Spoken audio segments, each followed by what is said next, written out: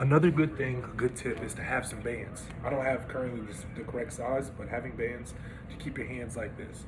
So you can usually get bands such as rubber bands, some big fat rubber bands to keep your hands tight and keeping it right here. Because a good motion that you need to attack from and having a good base, you should be like almost sitting down in the chair like a 45-degree angles between your hamstrings, and they should be like almost like sitting like this. But keeping your hands like this, and then just working on shooting your hips and hands, shoulders, hands. When you hit somebody, you should hit somebody with the palms of your hands. It should be an attack motion like this and super violent, like that. And the more violent you are, the more powerful you're going to be with your steps. And the more powerful you are, you don't have to worry about a defensive person blowing you back. The more powerful you are, the more beneficial you're going to be to the team and as a tight end. And working at the next level, it's always very beneficial to make sure you're using your hands and using your size to your advantage. Is a bigger person would always win the battle the more physical they are. Even if they're not as big, the best benefit to them is making sure they're as physical as possible. Thank you. Have a good day. So today I will be going over how to block and get into three-point stands, and I will show you the basic fundamentals.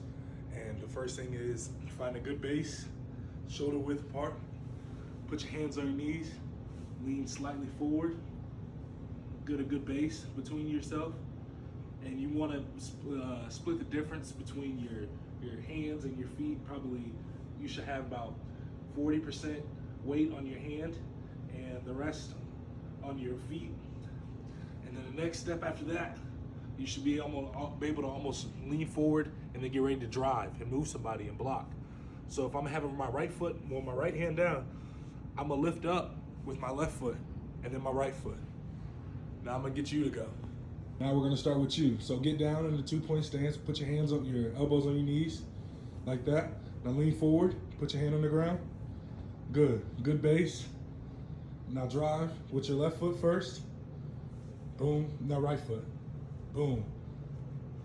There you go. A key learning point on that exercise that I just showed you is to make sure you're very self-considerate of your steps, and then making sure your steps are very, you have very fast feet and you're going as fast as you can, but also staying under control and moving quickly and swiftly as possible. So this is another demonstration. Ready whenever you are. Okay, son, so what I need you to do, first of all, what's wrong with your base? Should be here. Mm-hmm. Okay. Mm-hmm. Yes, sir. Mm-hmm. Make sure you keep your eyes up. You gotta hit what you see. Now drive, go. Set up. There you go. So another key point is when you get down in your stance and you get down and you get your good base, is to make sure you're driving your feet as fast as you can and having a good base, and you also gotta look up of seeing what you're hitting.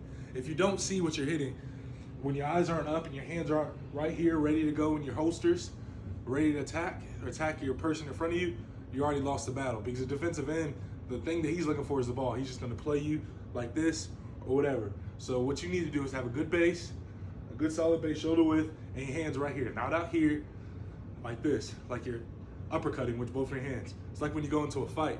You're not gonna fight somebody like this. If you are, you're gonna get your tail beat up. Now we're gonna have a demonstration. Go. Yep. Mm-hmm. Now, what's the first key component? Put your hands up. Don't Yep. keep them out wide. Mm-hmm. Keep them right here inside your core. Mm-hmm. And what about your feet? Keep your feet tight Mm-hmm. and keep them square. Don't let them out wide. Yep. You'll get out leverage. Mm-hmm. Another key component is when you're using your feet and your hands, they should go simultaneously, and making sure your eyes are on your target. Like I said, once again, you should be aiming right here at the numbers. Thank you for your time and understanding and getting to know the small fundamentals when it comes to learning how to block and being fundamentally sounded in your steps and your technique. As you continue to apply these steps will be beneficial to you, not as just playing tight end, as playing offensive line, and as well as just being physical all the way across the board. Being physical is a very key component in the game of football. As somebody becomes more physical, they have more of a tendency to be a dog on the field, and every coach wants to see the dog in them, their player.